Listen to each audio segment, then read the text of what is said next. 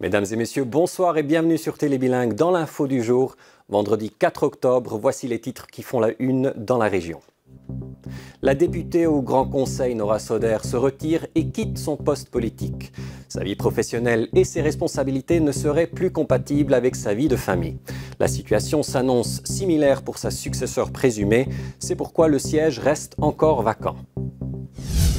Aujourd'hui, c'est la Journée mondiale des animaux.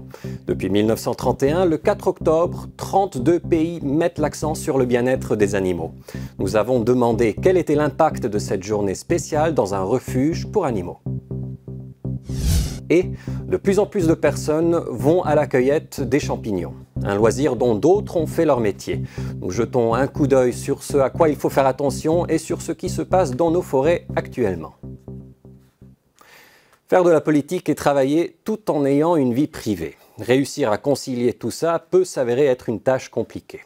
La politicienne biennoise Nora Soder, députée des Verts au Grand Conseil, démissionne car elle vient de devenir maman.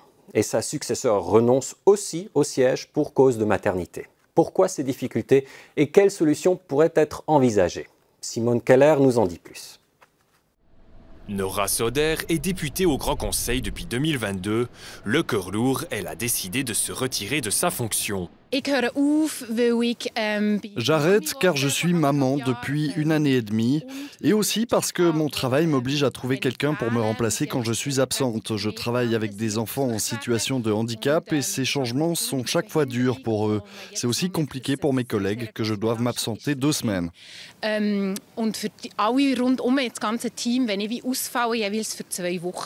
Même Myriam Roth, qui aurait dû lui succéder, renonce à reprendre le siège de sa collègue pour la même raison.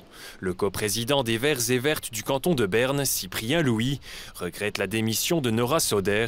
Pour lui, il y a un problème dans la cadence des réunions du Grand Conseil bernois. On doit s'organiser au cercle familial, au privé pour pouvoir faire cette politique. Il y a des personnes qui ont beaucoup de personnes de la famille à disposition pour pouvoir garder un enfant, donc ça aide, mais voilà, on n'a pas tous cette chance. Et il y a des secteurs comme dans l'enseignement où c'est difficile aujourd'hui de trouver des remplaçants pour 2 semaines, toutes les 4 fois par année. Donc ça, c'est aussi des thématiques qui sont essentielles pour certaines professions. Je pense aussi à la santé, par exemple. En tant que jeune mère qui siège à Berne, Moran Riesen connaît elle aussi le défi d'avoir plusieurs casquettes. Selon elle, il faudrait repenser le système annuel de 4 fois 2 semaines de session.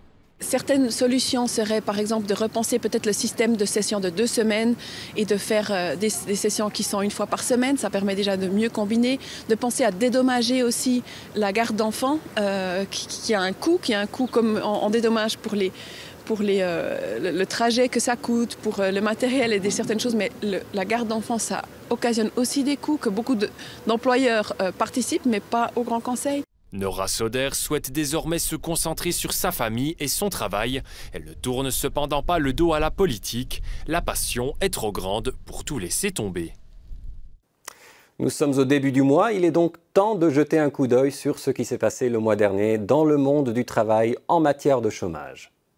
À Bienne et dans le Zélande, les chiffres de septembre sont restés stables par rapport au mois d'août, avec 3,8% et 1,6%. Dans le Jura bernois, les chiffres ont légèrement augmenté avec 0,2% de plus. À Granges, le nombre de chômeurs a également légèrement augmenté de 0,1%. Et finalement, dans le district du Lac, la situation est la même que le mois précédent. Ces fluctuations touchent avant tout l'industrie des machines et le secteur de l'horlogerie.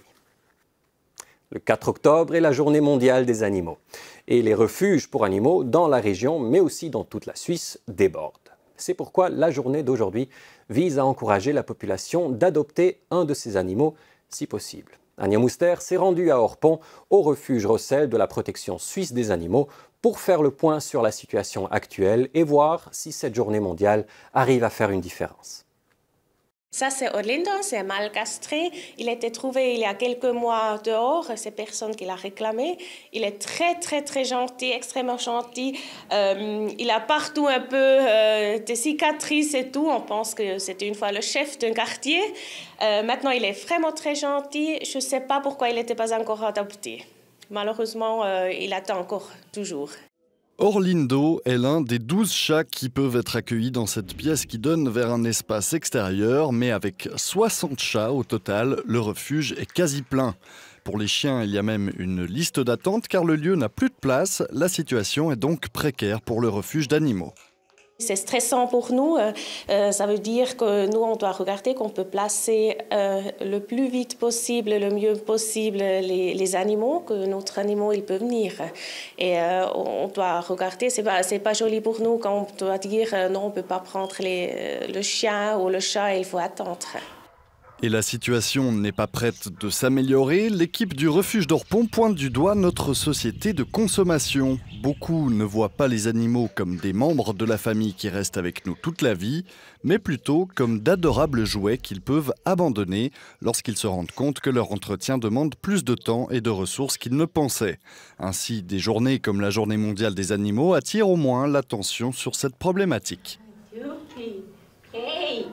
Pour nous, c'est très, très important parce que la protection des animaux, c'est très important. Et plus les gens ils le connaissent ce jour et ils nous connaissent notre histoire et tout, tant mieux. Alors, c'est extrêmement important, ouais.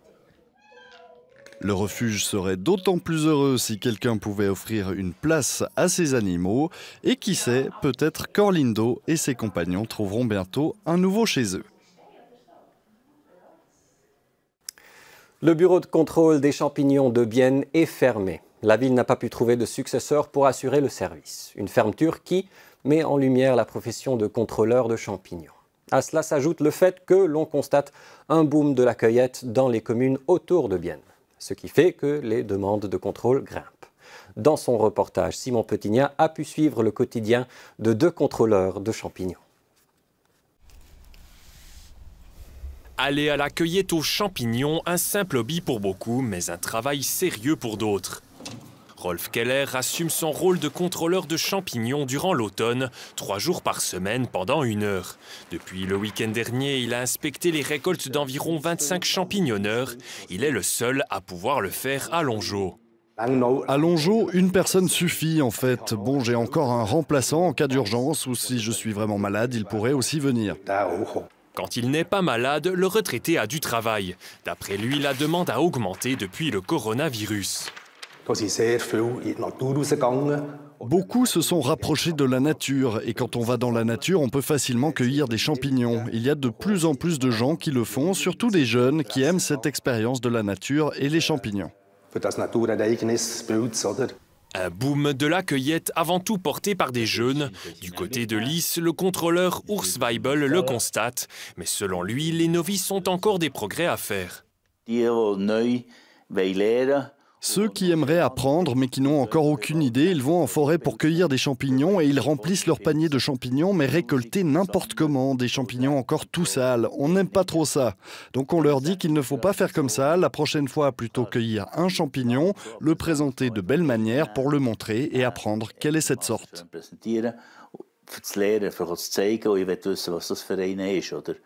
L'année dernière, l'équipe de contrôleurs de Lys a effectué 190 contrôles. Sur 163 kilos de champignons inspectés, 3 kilos étaient toxiques, comme cette léocilubrique qui ressemble à s'y méprendre à des chanterelles en tube.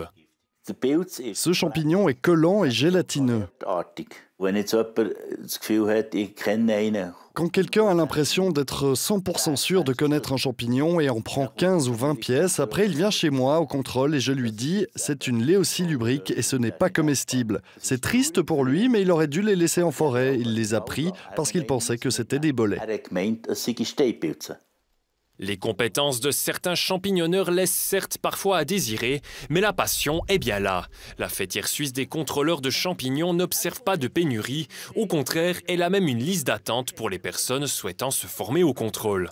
La ville de Bienne, elle, espère trouver une relève pour ouvrir le bureau de contrôle des champignons en 2025. Que faire sur les pentes quand il manque de neige? Thomas Losley en parle aujourd'hui avec son invité dans l'émission Interview. Dans notre entretien d'aujourd'hui, nous allons parler d'un projet sportif dans la région. Ça se passe au Pré d'Orvin. Les Prés d'Orvin qui manquent parfois un peu de neige et qui envisagent sérieusement d'ouvrir un bike park, donc des installations qui seraient faites pour pratiquer le VTT sur les pentes des Prés d'Orvin. À quoi cela pourrait ressembler? On va en discuter tout à l'heure avec mon invité Marc-André Léchaud, qui est le président des téléskis des Prés d'Orvin. Une idée intéressante. Quoi qu'il en soit, de notre côté, nous restons sur la piste de l'actualité. Sur ajour.ch, les informations et les reportages continuent. Merci de nous avoir suivis et à bientôt.